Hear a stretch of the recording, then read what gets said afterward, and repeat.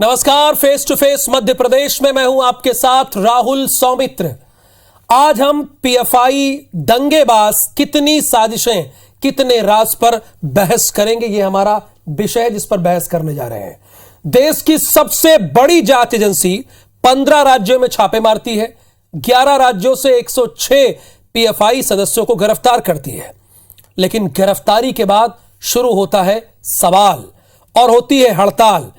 विरोध कोई और नहीं बल्कि हमारे और आपके जनप्रतिनिधि करते हैं। इसी पर एक बड़ी बहस आज face to face Madhya Pradesh में होगी। तीनों खास मेहमान आप स्क्रीन पर देख रहे होंगे। बहुत ही सीनियर पुलिस ऑफिसर हैं, डीजीपी, रिटायर्ड डीजीपी हैं।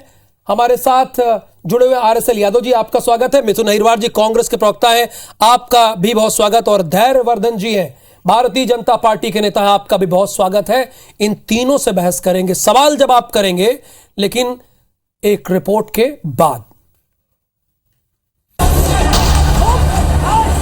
मध्य प्रदेश सरकार के गृह विभाग की रिपोर्ट के मुताबिक एमपी में साल 2015 से लेकर 2022 तक 229 दंगे हुए हैं। इन दंगों में पीएफआई की भूमिका को लेकर भी जांच एजेंसियां पड़ताल कर रही हैं।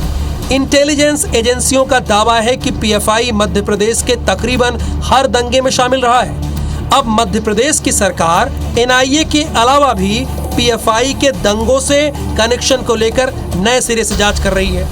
हालांकि कांग्रेस मध्य प्रदेश में पिछले 7 सालों में हुए दंगों और उनमें पीएफआई के कनेक्शन के लिए बीजेपी सरकार को ही जिम्मेदार ठहरा रही है। एआईएफ अगर सक्रिय है तो पिछले 15 साल से क्या कर रहे हैं? ये कानून व्यवस्था ध्वस्त है। सरकार समय पे स्टेप क्यों नहीं लेती? जब कुछ हो जाता है तब स्टेप लेती है। भारतीय जनता पार्टी वह पार्टी है जिसका विश्वास विघटन पर है। यह विपक्ष में रहें तो भी दंगा करवाते हैं, सरकार में रहें तो भी उस भाषा को बोलते हैं जिससे तनाव और वैमनस्य पैदा हो।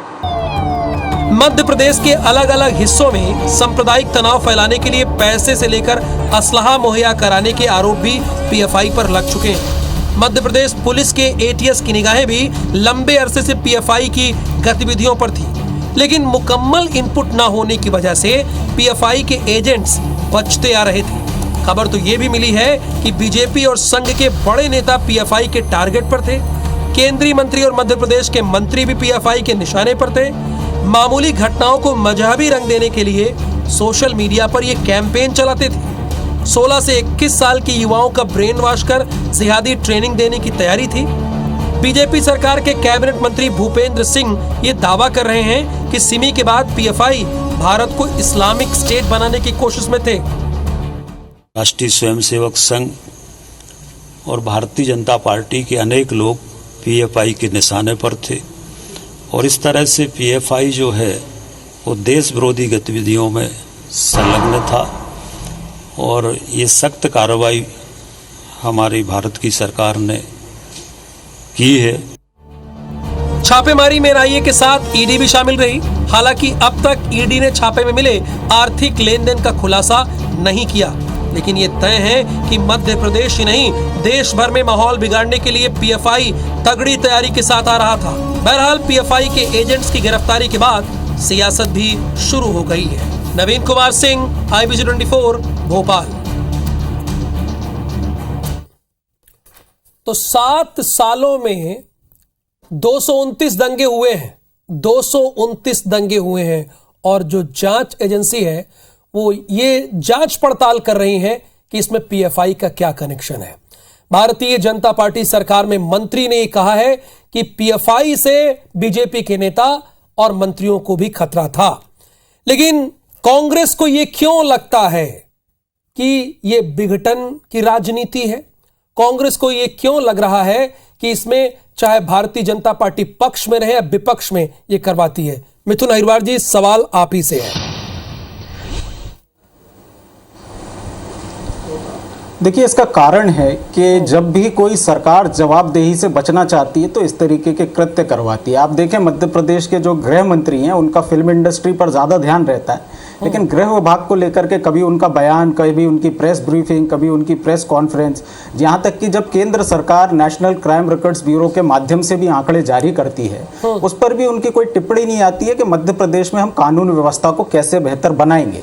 तो मध्य प्रदेश में इस समय गृह मंत्री विहीन व्यवस्था चल रही है, तो जाहिर सी बात है जो दंगे हैं भाजपा की शह पर कराए जा रहे हैं, यदि कोई गृह मंत्री ये दे देंगे जो कानून व्यवस्था का जिम्मेदार होगा, तो शायद इन दंगों पर रोक लगेगी। दूसरी तरफ मेरा निवेदन यह है कि चाहे केंद्र की सरकार हो चाहे राज्य की सरकार हो, राज्य में जब खरगोन में दंगे हुए तो उसमें यह पाया गया कि पीएफआई के लोगों को प्रधानमंत्री आवास फ्लैट जो हैं भारतीय जनता पार्टी की सरकार ने दिए हैं। केंद्र में इनके जो मंत्री हैं हरदीप पुरी जी, उन्होंने कहा कि हम लोग रोहिंग्यास को फ्लैट देंगे। तो भारतीय जनता पार्टी ऐसे लोगों को लाभार्थी बनाना चाहती है जो कि ऐसी गतिविधियों में यदि पाए जाते हैं, तो क्या ये भारतीय जनता पार्टी की जिम्मेदारी नहीं है कि इन दंगों को रोका जाए? आपकी जिम्मेदारी होनी चाहिए केंद्र। और ये अगर आप मैंडेट की बात करते हैं, ये जो आप बड़ी बड़ी बातें करते हैं, डबल इंजन ट्रिपल इंजन की सरकार है, तो केंद्र में आपकी सरकार, राज्य में आपकी सरकार, उसके बाद कैसा हो रहा है कि पीएफआई जैसा संगठन जिस पर कई बार आप ही के नेता बैन लगाने की मांग कर चुके हैं, उस पर बैन नहीं लगता, वो काम कर रहा है, मजबूती से कर रहा है। आपने कहा सोशल मीडिया कैंपेन भी उन लोगों ने चलाए, तो आईटी मिनिस्ट्री क्या कर रही है इसको लेकर के? आपका केंद्रीय गृह मंत्रालय जो मोदी जी के खिलाफ कोई भी एक टिप्पणी लिखने पर लोगों पर रासुका लगा देता है, इन लोगों के खिलाफ क्या कार्रवाई की जा रही है? जब इस बात की जिम्मेदारी मांगी जाती है तो कहते हैं साहब वो सनी लियोनी ये कर रही है, श्वेता तिवारी ये कर रही है, नेटफ्लिक्स ये कर रहा है, कांग्रेस ये कर रही है। तो केंद्र का जो गृह मंत्रालय और राज्य का गृह मंत्रालय, इसकी जो जनता के प्रति जिम्मेदारी है, मध्य प्रदेश और देश की अच्छा लग रहा है कि विपक्ष इतनी सकारात्मक भूमिका में है, बड़ी अच्छी बात है, लेकिन आप ही के कुछ नेता पीएफआई का झंडा लेकर क्यों खड़े हो जाते हैं? 2 दिन पहले की बात है, आप ही के विधायक कह रहे थे, क्यों झंडा लेकर खड़े हो जाते हैं? ऐसा झंडा तो भारतीय जनता पार्टी के लोग भी पीएफआई का, जी किस नेता ने झंडा लिया है सर पीएफआई का? अब आप कांग्रेस के प्रवक्ता हैं, आप ही को नहीं पता है, आप ही के विधायक हैं, उन्होंने साफ साफ ये सवाल किया। अच्छा लग रहा है कि आप यहाँ विरोध कर रहे हैं, लेकिन आप शुरू से एक बड़े पत्रकार हैं, आप मुझे जानकारी दे दीजिए किस नेता ने पीएफआई का झंडा थाम के रखा है कांग्रेस के? कांग्रेस के ही विधायक ने आरिफ मसूद जी को तो आप जान ही रहे होंगे ना, उनकी बाइट है हमारे पास। जी जी, उन्होंने कहा, वही मैं पूछ रहा हूं, आप ये कह रहे हैं कि राज्य सरकार को दोषी दे रहे हैं, लेकिन झंडा लेके फिर क्यों खड़े होते हैं? क्लियर रहिए ना, फिर क्लियर रहिए। आरिफ मसूद जी ने कल स्पष्ट कहा कि पीएफआई जो है क्योंकि उस पर बैन नहीं है और भारतीय जनता पार्टी के लोग चाहते हैं कि वो ऐसी कार्रवाइयां करें, इसलिए उन पर बैन नहीं लगाया जा रहा है। ये तो आपके हाथ में है ना, आप लोग कार्रवाई कर देंगे तो कुछ ऐसा नहीं होगा, लेकिन भाजपा के लोग कार्रवाई नहीं करना चाहते। ठीक है, धैर्यवर्धन जी, राजनीति की सबसे बड़ी लाभार्थी भारतीय जनता पार्टी है। धैर्यवर्धन जी, 7 साल में दंगे होते रहे, क्यों नहीं पकड़ा, क्यों पीछे रहे? उनको क्यों आपने आवास आवंटित किया पीएफआई के सदस्यों को? क्यों ये ढिलमुल रवैया रहा? कांग्रेस ये आपसे प्रश्न कर रही है, पूछ रही है, वो कह रहे पकड़िए आप, वो विरोध नहीं कर रहे हैं। कतई ढिलमुल रवैया नहीं है। कौन भूल सकता है भागलपुर के दंगों को? कौन भूल सकता है गुजरात के दंगों को जो हर साल होते थे? कौन भूल सकता है केरल की गुंडागर्दी को? पूरे भारत में जहां तहां बम विस्फोट होते थे, भारतीय जनता पार्टी की सरकार आने के बाद लगाम लगी है। आतंकवादियों में, आतंकवाद के समर्थकों में, सांपों में, सपोलों में, सब में डर पैदा हुआ है कि हम कोई हरकत करेंगे तो पकड़े जाएंगे। मध्य प्रदेश की सरकार ने भी जेल तोड़कर भागने वाले आतंकियों को ठिकाने लगाया था, गोली मार करके उनको हमेशा हमेशा के लिए देश विरोधी उनके मंसूबों को समाप्त कर दिया था। देखिए, समझना ये चाहिए कि जैसे भूकंप जब रिएक्टर पर बहुत तेज गति से आता है तो सबको दिखाई पड़ता है, पर भूगर्भ के नीचे भौगोलिक हलचल वहां होती रहती है। ऐसे देश विभाजन के पश्चात देश में मौजूद हैं, वो कहीं ना कहीं स्लीपर सेल के तौर पर कुछ ना कुछ तैयारी करते हैं, कुछ ना कुछ बोलते हैं, कुछ ना कुछ प्लानिंग करते हैं। और भारतीय जनता पार्टी की सरकार है जहां पर है, और हमारी तमाम सारी जांच एजेंसियों की पुरजोर प्रशंसा करनी चाहिए कि उनकी पहली नजर है।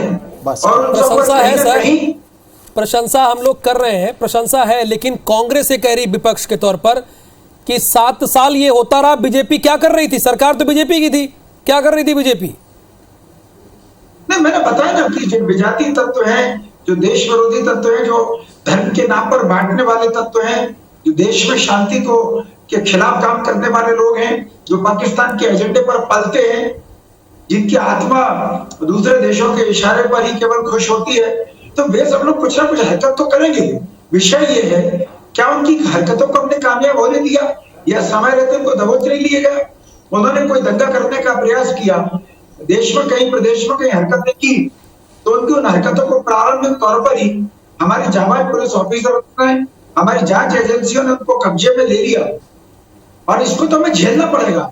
बात तो वही है ना धैर्यवर्धन जी, देखिए झारखंड में बैन था, सरकार आप ही की थी, सब कुछ आपको करना था। 7 साल में 229 दंगे हुए, उसका कनेक्शन अब आप पीएफआई से जोड़कर देख रहे हैं।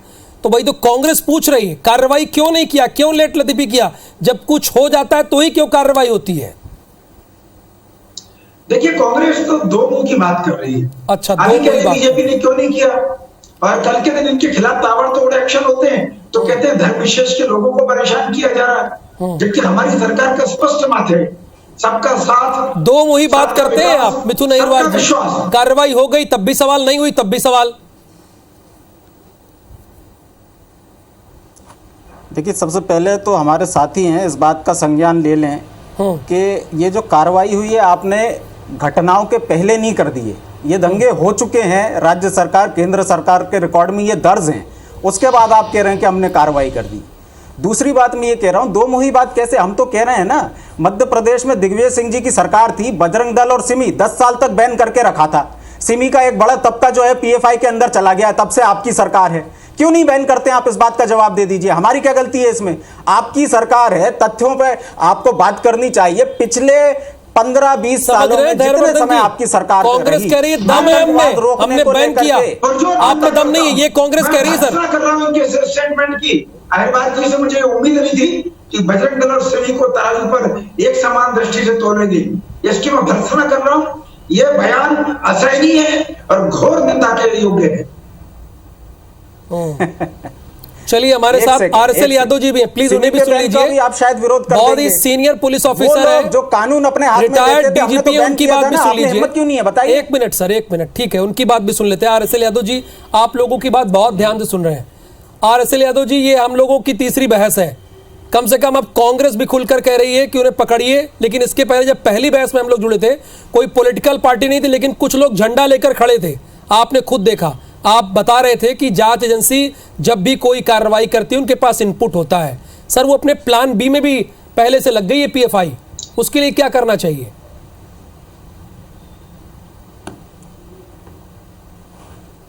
देखिए ये जो आंकड़े बता रहे हैं आप कि मध्य प्रदेश में बहुत से दंगे हुए, ये 7 साल में यदि 200 से कुछ ज्यादा दंगे हुए हैं। ये दंगे का मतलब कि हिंदू मुस्लिम या एक कम्युनिटी के दूसरे से झगड़े हुए तो उसको कम्युनल मान लेते हैं और उस कैटेगरी में आता है। मध्य प्रदेश में बड़े दंगे कई वर्षों से बहुत कम हुए हैं और तो ये इतनी बड़ी समस्या दंगों की नहीं है। खरगोन आज में कुछ जगह हुई है दंगे जरूर, लेकिन ज्यादा दंगे नहीं हुए। दूसरी बात, ये नेशनल सिक्योरिटी की जो प्रॉब्लम्स है वो पार्टी की प्रॉब्लम नहीं है, ये देश की प्रॉब्लम है।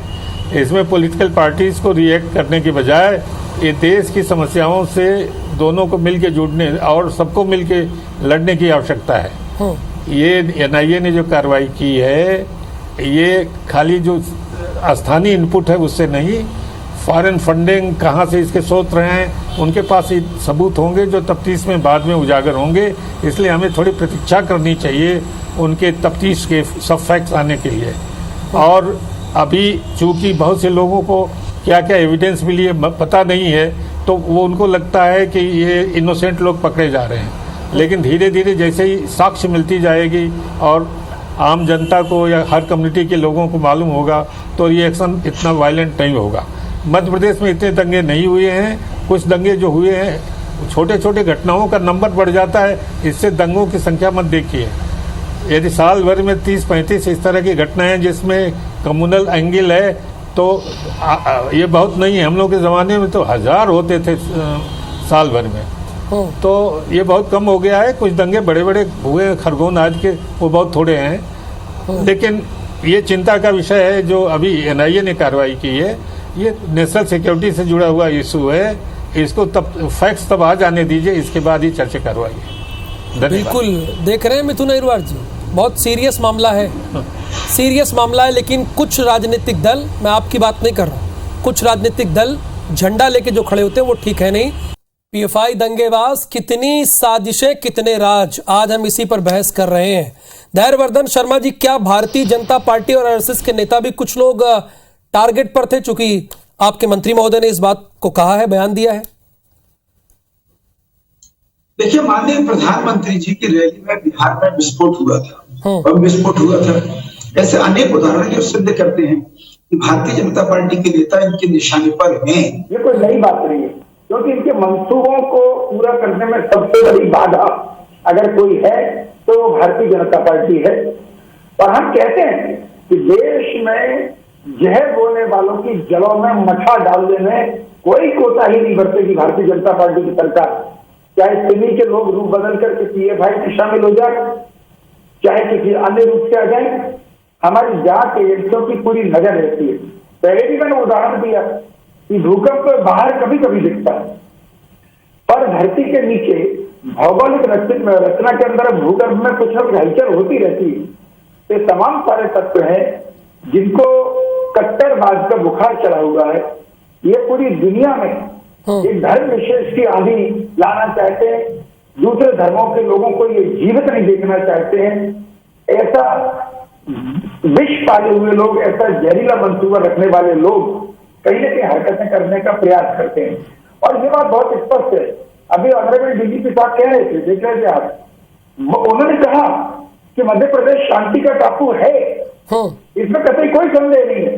वो जमाना चला गया जो बड़े बड़े दंगे होते थे, कई कई दिनों तक दंगे होते थे, कई कई लाशें देखने को मिलती थी। अभी अभी कहीं को इस तरह उठाया जाता है तो उसको बहुत जल्द दबोच भी दिया जाता है।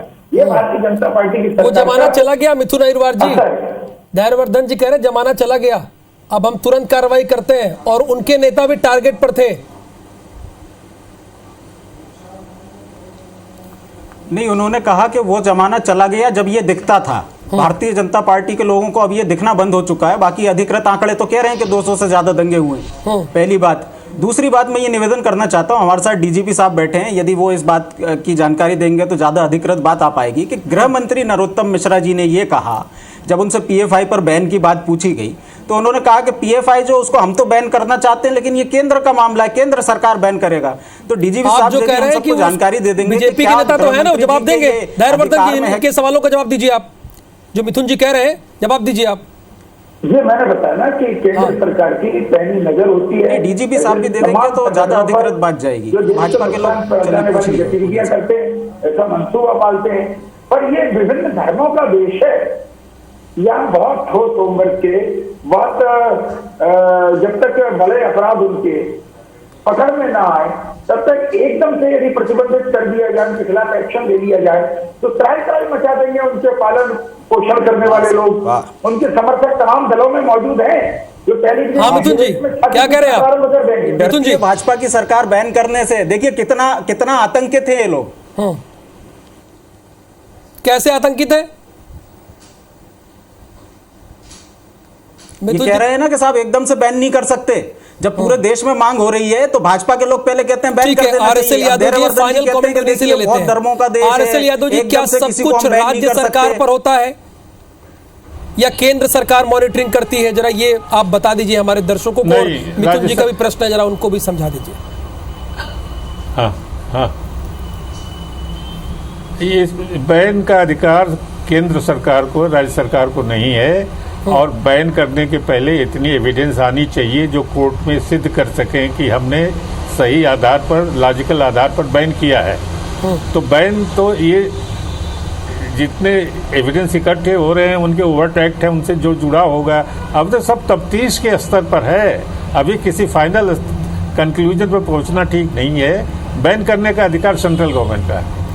बिल्कुल, बहुत बहुत शुक्रिया आप तीनों मेहमानों का। आरएसएल यादव जी आपका भी, मिथुन अहिरवार जी आपका भी, और धैर्यवर्धन जी आपका भी बहुत बहुत धन्यवाद।